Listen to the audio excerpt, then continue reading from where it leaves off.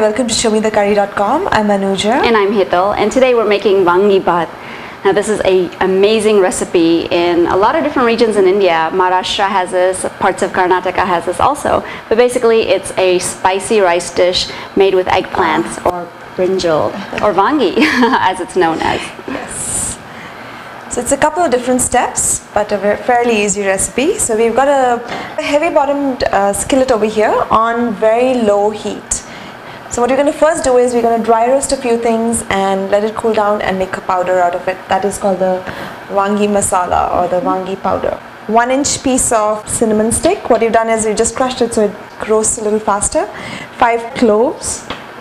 1 tablespoon of chana dal. Just give this a little head start because these take a little longer than the others. So we're just going to roast them for a minute before we add other things. Now dry roasting is always done on low heat, and you need to keep stirring so that nothing gets overcooked from one side and undercooked from the other. Okay, a minute later we're going to add in 1 tablespoon of whole coriander seeds and 1 tablespoon of urad dal. And we also have some whole red chilies.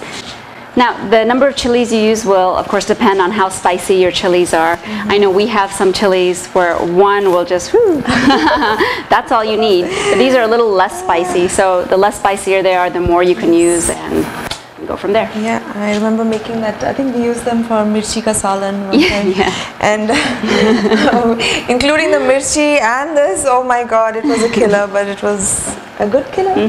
Still alive. So another important step, of course, while the masala is roasting, is we took 1 cup of basmati rice, we soaked it for half an hour and drained out all the water, and then cooked the 1 cup of basmati rice with 2 cups of water and a half a teaspoon of salt in our rice cooker. And you can cook this rice any which way you'd like. You can cook it on the stove, the rice cooker, pressure cooker, but you're looking... leftover rice. I think. Leftover rice works wonderful. You save a whole entire step. But cook the rice any which way. You're looking for whole grains, so you don't want the rice to be really, really mushy. This is starting to look really good. I think a few more minutes, and you need, of course, a good color. You don't want it burnt. Again, you want light golden, and you want this fantastic aroma, which since I'm standing right here, I'm getting.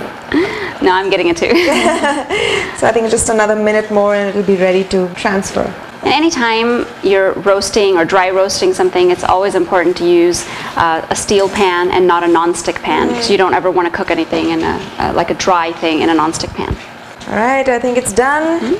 We're going to turn off the stove, and what we're going to do is we're going to transfer it into a plate so it cools down, because if you leave it here, it will keep on getting cooked and you don't want it cooked anymore, and we're going to transfer it and allow it to cool down. So we're going to spread it out, make sure it's cool completely before we put it in a spice grinder and make a fine powder out of it. So here is our star ingredient, the vangi or the eggplant. We're using an Indian eggplant, the small round variety, but you can easily use the Chinese long variety. It works well with either of those instead of your big Italian eggplants. Right. So we're going to take this, cut off the stem. Of course, we washed it. Of course. And we're going to make pretty thick slices out of this, about at least a couple of millimeters thick.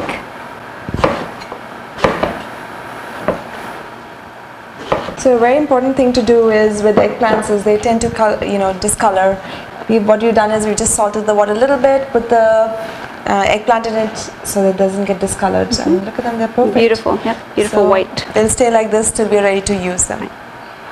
So now for the actual rice, the masala for the rice actually, we've got a skillet over here and it's got 1 tablespoon of oil in it and it's already hot.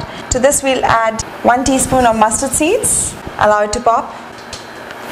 1 tablespoon of chana dal. Just give it a 30-second head start and you can add in 2 tablespoons of raw peanuts. Now we're going to cook these till the peanuts and the chana dal get a little color. 1/4 teaspoon of haldi or turmeric powder, 1 sprig of curry patta or curry leaves, and the eggplants. Approximately 1.5 pounds of eggplants. I'm going to mix it.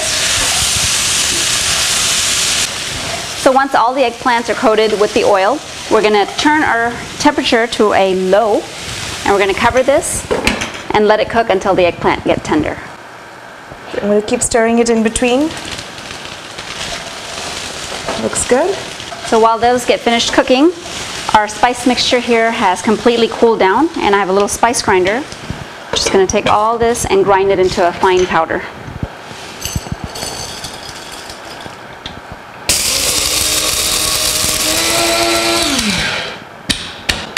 I'm going to let this settle before I dare open that.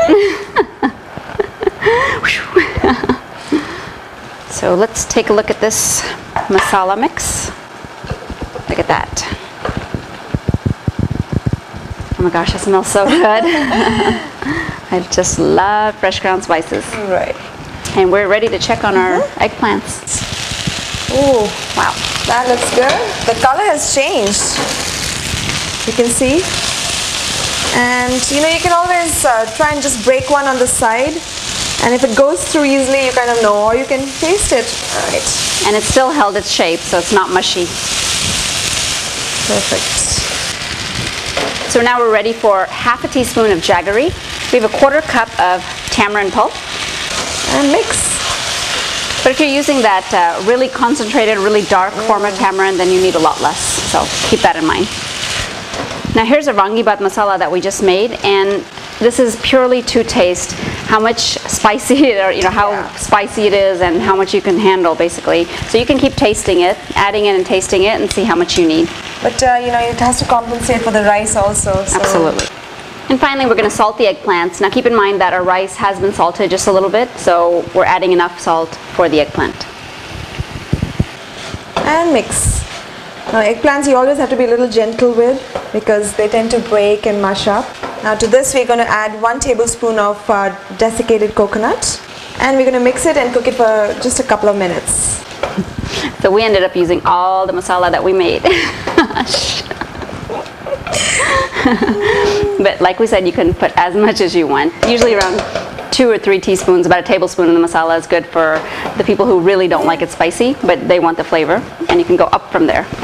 And you know, even if you don't want to use it, and you can keep the masala in a airtight container and keep it for another time, or you know, use it in some sabzis and all. I'm sure it'll taste really, really good.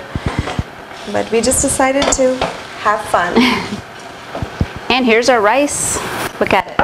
Because right as it came out of rice cooker, we dumped it out into a plate immediately. As soon as that ding happened, out. And it's really important to do that when you're cooking in a rice cooker, otherwise you get this film at the bottom and then you tend to waste that rice. So this is really nice and fluffed out with a fork. We'll add it in. And a little at a time, so I can keep mixing, please.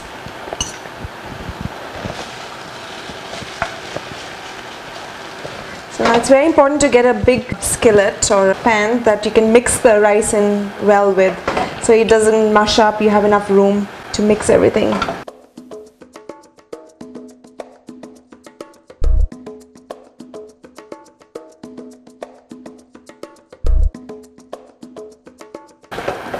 And if you're like us and you used all of that dry masala, this might be a little dry and a little hard to mix, and it's okay just to sprinkle just a tad of water to help that masala mix in with the rice.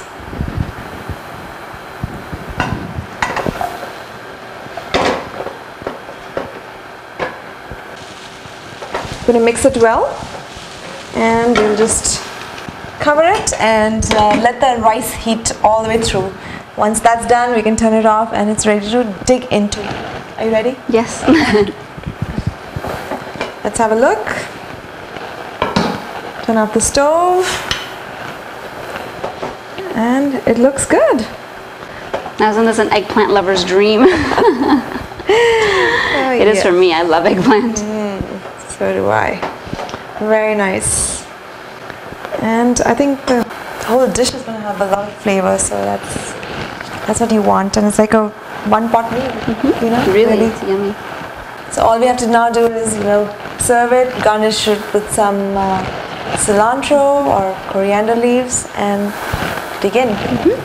Perfect. Now I wanted to thank Mangala, who is my sister-in-law, for this wonderful recipe. She sent this to me a couple of months ago, I think.